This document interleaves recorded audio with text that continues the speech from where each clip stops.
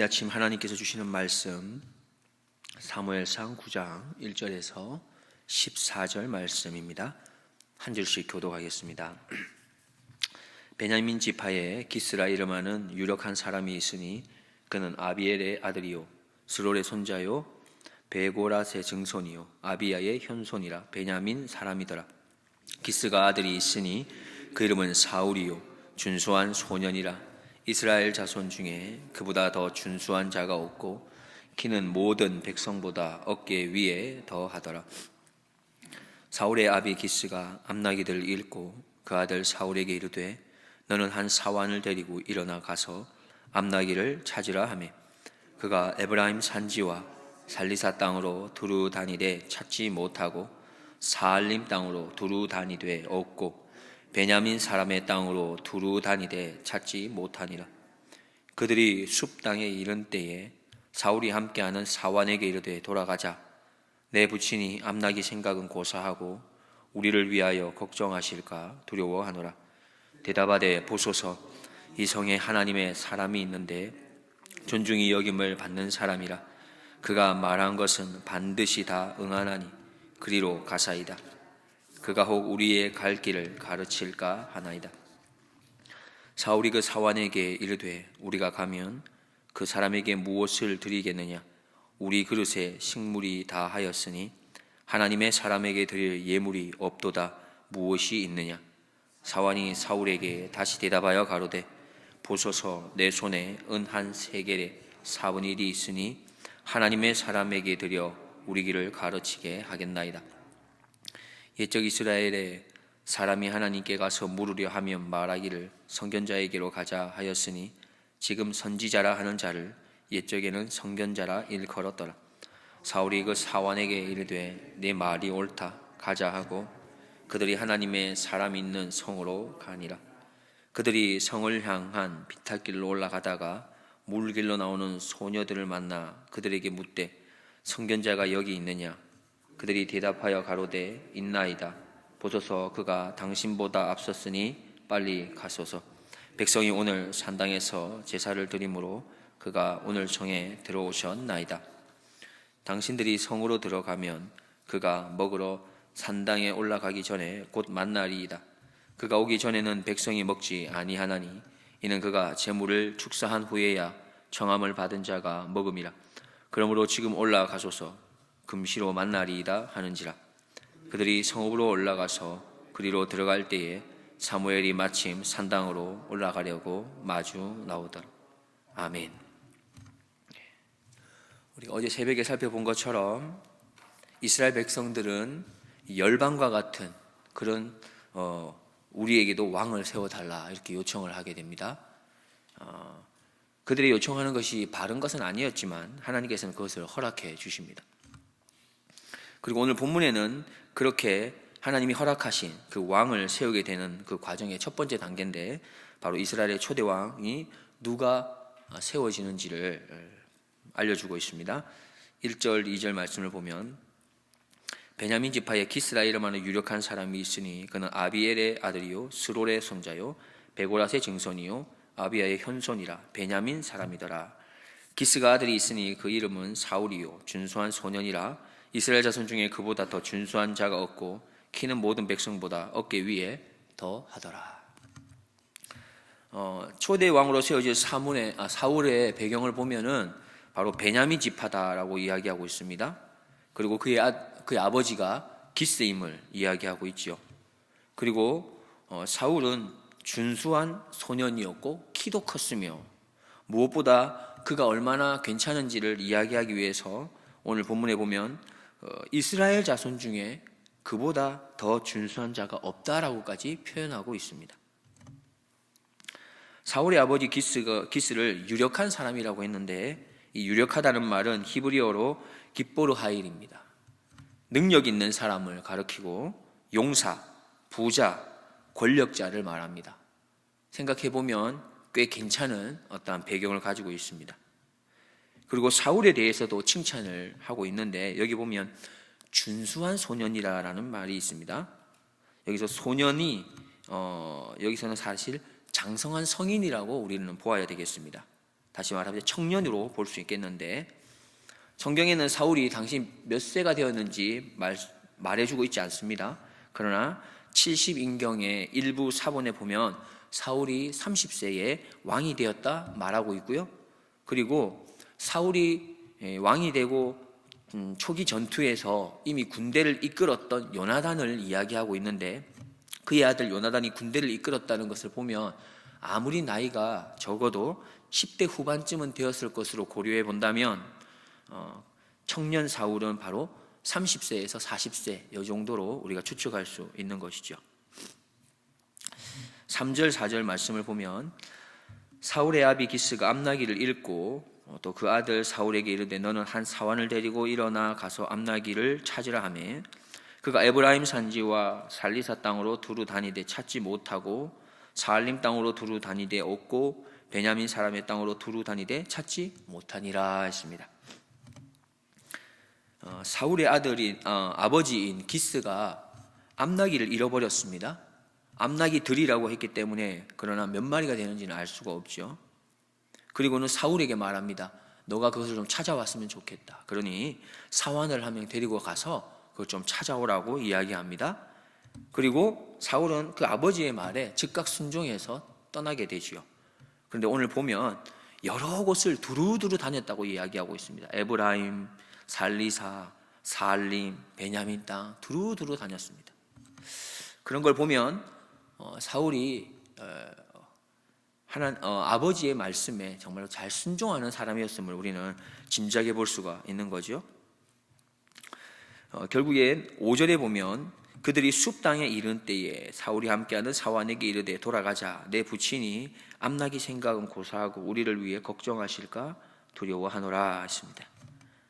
사울이 숲 땅, 다시 말해 라마와 미스바 사이에 있는 숲 땅에 이르러서도 암나기를 찾지 못하자 이제는 시간이 너무 오래되었기 때문에, 너무 지체되었기 때문에 아버지께서 도리어 우리를 걱정하실 것 같다라고 하며 돌아가자고 사환에게 이야기합니다.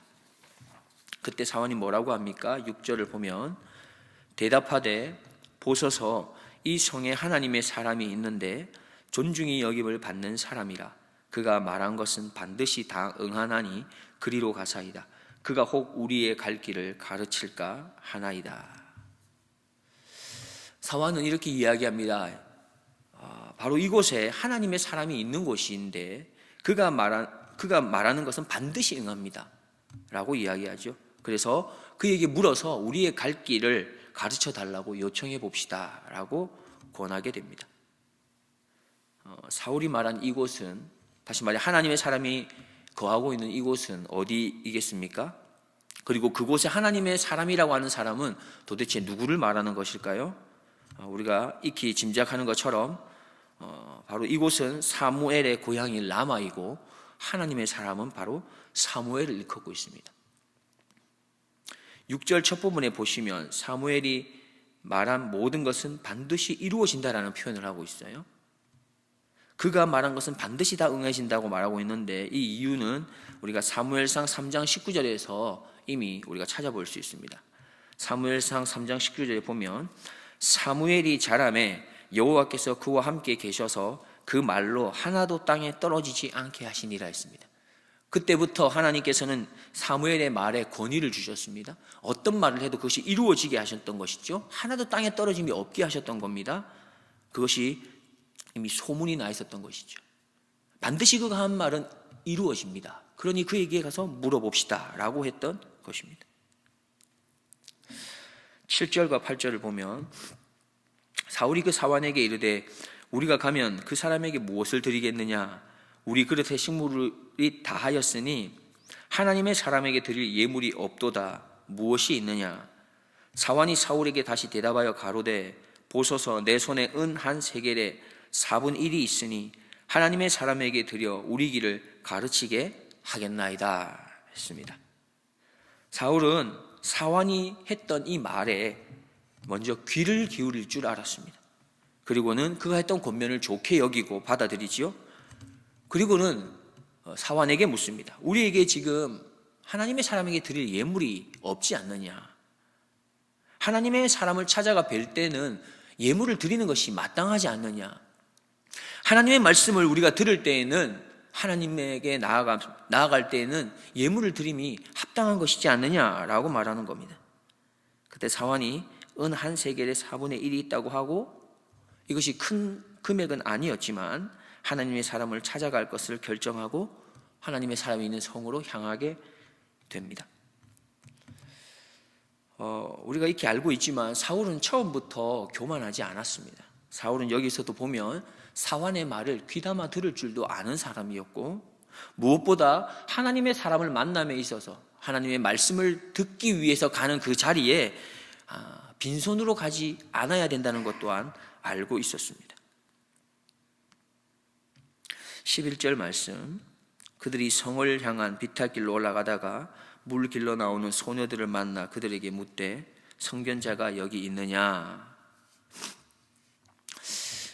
그들이 이제 성읍을 향해서 빗달길로 갔다고 이야기합니다. 그때 물을 길로 나오는 소녀를 만났었죠. 그 소녀를 만나고서는 그에게 물었습니다. 성견자가 어디 있느냐. 그러니 이 소녀들이 뭐라고 이야기합니까? 얼마 전 성으로 들어가는 것을 보았다고 알려주게 되죠. 14절입니다. 그들이 성읍으로 올라가서 그리로 들어갈 때에 사무엘이 마침 산당으로 올라가려고 마주 나오더라. 그들이 그 성읍으로 올라가서 성읍 가운데로 들어갈 때에 마침 사무엘이 그들을 만나 산당에 올라가기 위해 성읍에서 나오고 있었다고 합니다. 그런데 사실 사무엘은 여호와의 말씀을 들었고 결국 사울이 언제쯤 올 것인지를 알고 있었던 것이죠.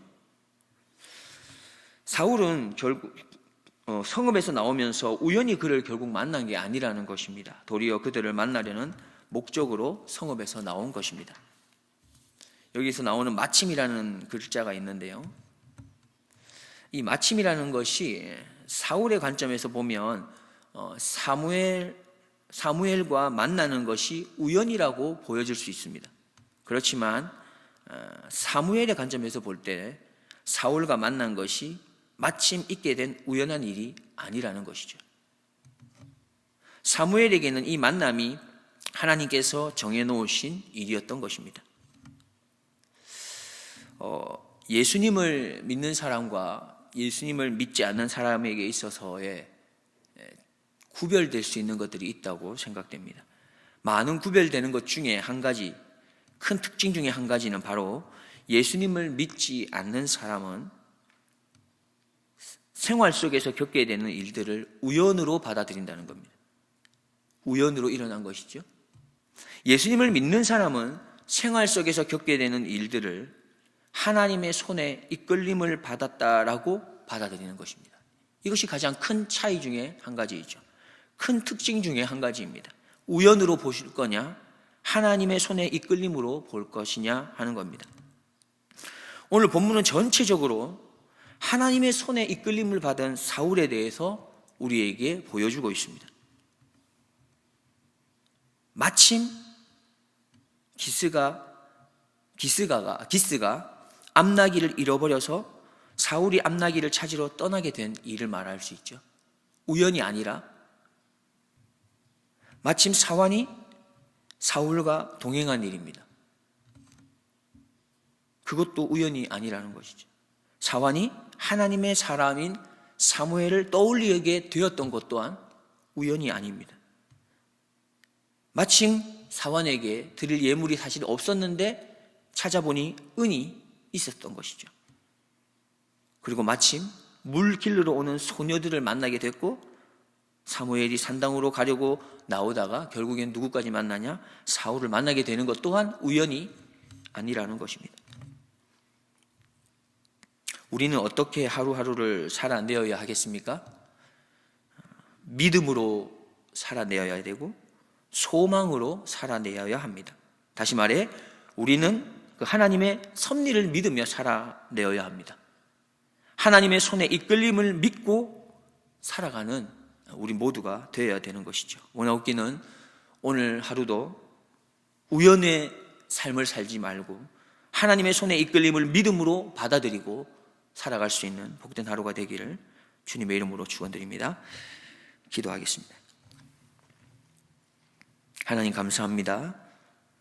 오늘도 저희들을 말씀의 자리로, 새로운 힘과 소망을 품을 수 있는 자리로, 우리 영혼에 생명을 얻는 복된 자리로 인도해 주심을 감사드립니다.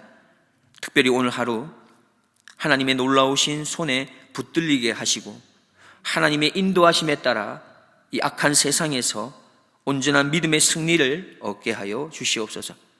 나의 참된 승리자가 되시는 우리 구주 예수 그리스도의 이름으로 기도드리옵나이다. 아멘.